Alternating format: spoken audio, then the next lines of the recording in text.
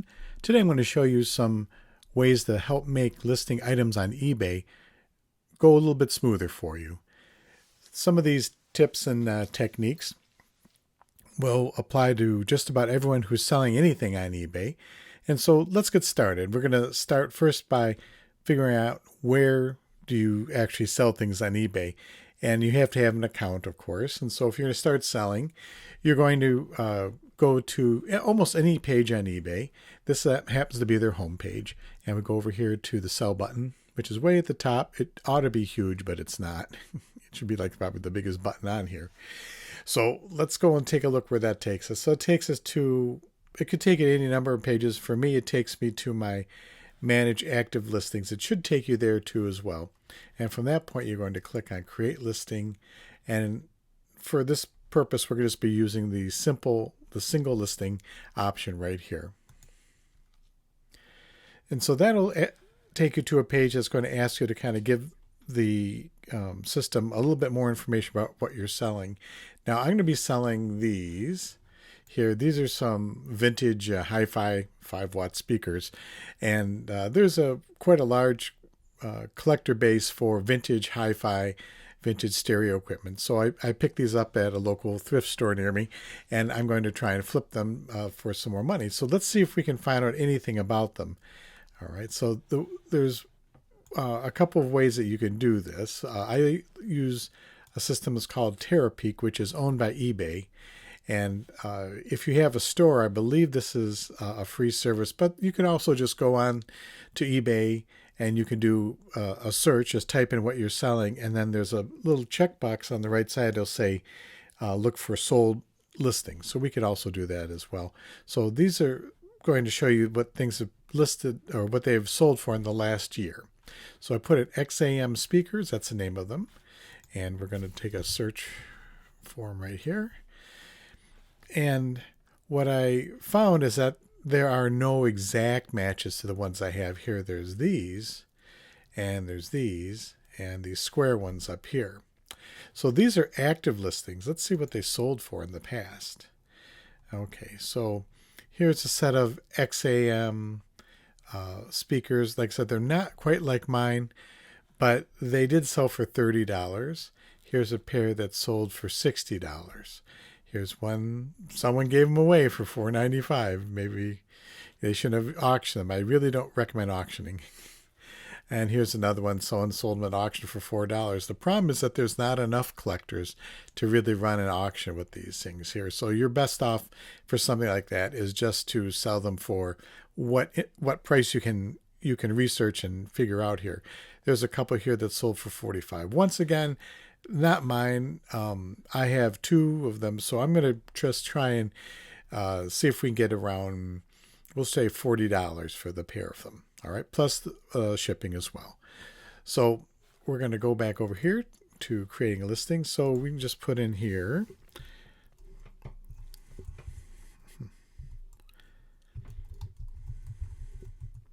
Okay, so put XAM speakers, and it's not going to probably find them. Now, if you have something that's a little bit more common, of course, it'll show up here, and you may be able to use the information from one of these other listings here. But down at the bottom it says continue without selecting a product. And it does a pretty good job usually of figuring out what category to put it in. If not, you can always search categories right here. But it's going to put in exactly what you put in here, XAM. XAM actually is all capitals, so let's put that on XAM. And then and then I'm going to put in more description in here, because the more description, actually, the better. We're going to put they are 5-inch speakers. And then I know that they're sold at Corvettes, which was a local department store in the Detroit area. And I'm just going to leave it at that for right now. I may add some more words later on as I think of them. You don't necessarily want to put the condition in here, because there are places where you can put condition. So down here you have options of putting a subtitle. They charge you for some of these things here. The custom label option right here is where you're going to put it. So I have some shelves in my garage. So I just put in garage shelves. That way when I sell it, this will show up on my end, and I'll be able to see where the heck I put these, because I have 360 listings right now, and it keeps going up. So you have to really keep an eye on where everything is. So this is they selected vintage audio and vintage speakers, which is fine. This is a good category right here. And then I have a store, so I can select categories in my store, and I would probably just put it under electronics. Now, if you don't have a store, you won't have this option. It's okay if you don't. Condition, we're going to put in that they're used. I did test them, so I put that in the description here. So this will be tested, working. And then over here, you're going to be adding photos. And probably the main point of this video is to really show you how to get the photos onto your computer. If you're using your phone, you can use the eBay app to actually do a lot of this. But I take so many darn pictures is that I want to keep them and use my computer, because it's just a much faster upload process. I can get to everything easier for me. Now, if you prefer just using your phone and the app, hey, that's great too. But this is specifically going to be using your computer. So what I have here is I took all the pictures with my phone. I have an iPhone. And if you don't have an iPhone, then it's perfectly fine to figure out whatever method might work for you to get the pictures from your phone onto your computer. So these are the speakers down here. And I took 4 pictures of them. So what I'm going to do is I'm going to select all the pictures I have in here in Photos. And I put them in a folder. So let me open up my folder. And I'll just take the pictures I have here, which I guess I have to select again. And I'm going to put them in my folder on my computer. It'll export them out of Photos and onto your computer so that you can use them. So I don't need that anymore. And down here are my photos. And you can clean them up if you need to do any editing for them or something like that. You can. So I'm just going to click here, Add Photos. And these are the 4 photos I want to use right here, right at the end. And of course, it'll load them in. And at this point, you can edit them. If they don't exactly look how you want, you can select each one and edit them, and you can rearrange them into whatever position you want. I do like this one here as the main photo, which would be the first spot. That'll be the main photo that everyone sees. And then when they look at your listing, they'll see all these other photos will show up here too. And you can edit them. So you can put here under brand, I would put XAM. And then you can put other information right here. These don't have a model number, but I will put 5-inch so they know what about they're looking for. And then you would put a description down here. You can put in as much information as you can. I usually take the title, and I'm going to copy the title here, and I'm going to put the title in the description. And I think I'll put the word vintage in front of it, because they are vintage. They're from the 70s. And why do I know this? Because I had these exact same speakers when I was a kid. I just happened to come across them at the thrift store. I think that's how you spell Corvettes. We'll find out a little later on. Vintage Corvette speakers, and I'll say tested and working.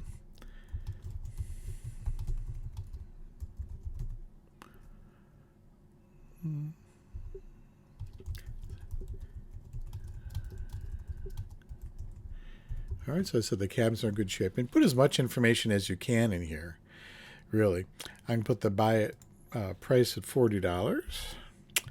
And then the quantity is I have 1 pair. Don't put 2 because it's going to think that you have 2 pairs of them. So in this case, I have 1 pair of speakers right here. You can go down here and you check off what is your payment policy. Right now, it's probably just going to be eBay payments. That's the way to go. And then this is going to be sent out priority mail. And then I accept returns. Then in this portion here, you'd put in the dimensions of the box. I know that this one will be 18 cubed. And then the weight, you can put in the weight right here. I believe these are going to come out to about 7 pounds. So you can select a different shipping option here too, and there's lots of them you can go with. These will probably, because of their weight, will end up going UPS ground anyway. Sometimes it's cheaper, sometimes it's not. It just really kind of depends on how far it's going away from where you live, where it's shipping. Here you can also promote the listings. So I like to always promote my listings, and it'll tell you what rate you're going to promote them at. You can, if you click on this, and you can, change it. You'll see how much you'll be paying to sell those speakers if someone clicks on it from an ad. Now, if they just do a search and they come across your speakers on a search, then you won't have to worry about this, as long as they don't click on the promoted part. So if they click on those promoted ads, which end up at the top, you would be paying an extra $1.36 to sell those. And I would probably say about half of my listings come from promoted sales. So in my case, it's well worth the cost of the little bit of extra money you have to pay for that. And then over here, it says you can offer a discount when buyers purchase more than one. Well, I only have one at this time, but if you had multiple of the same items, you could check this here and say, oh, I'll give you a discount if you buy 2 or more, 3 or more, 4 or more.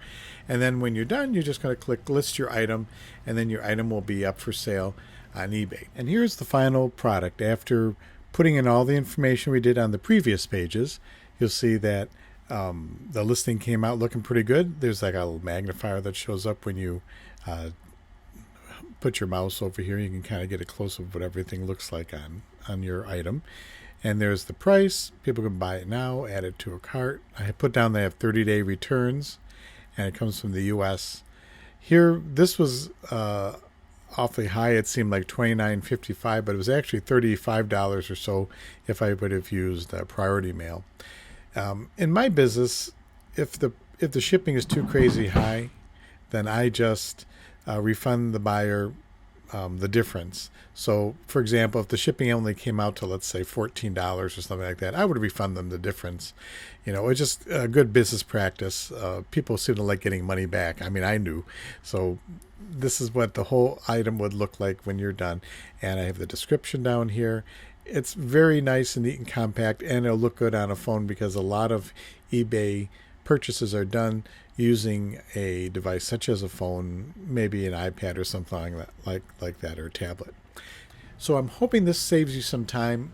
You really have to try what works for you, I believe.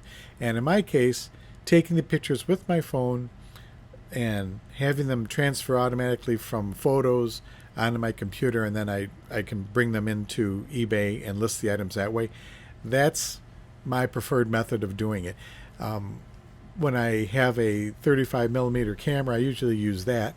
I just take the card out and put it in my computer and just drag the photos from there as well. So that's a whole nother video to do something like that. But I hope this helps you out, everybody. If you have any questions, feel free to contact me or leave me a comment below. Thanks for watching.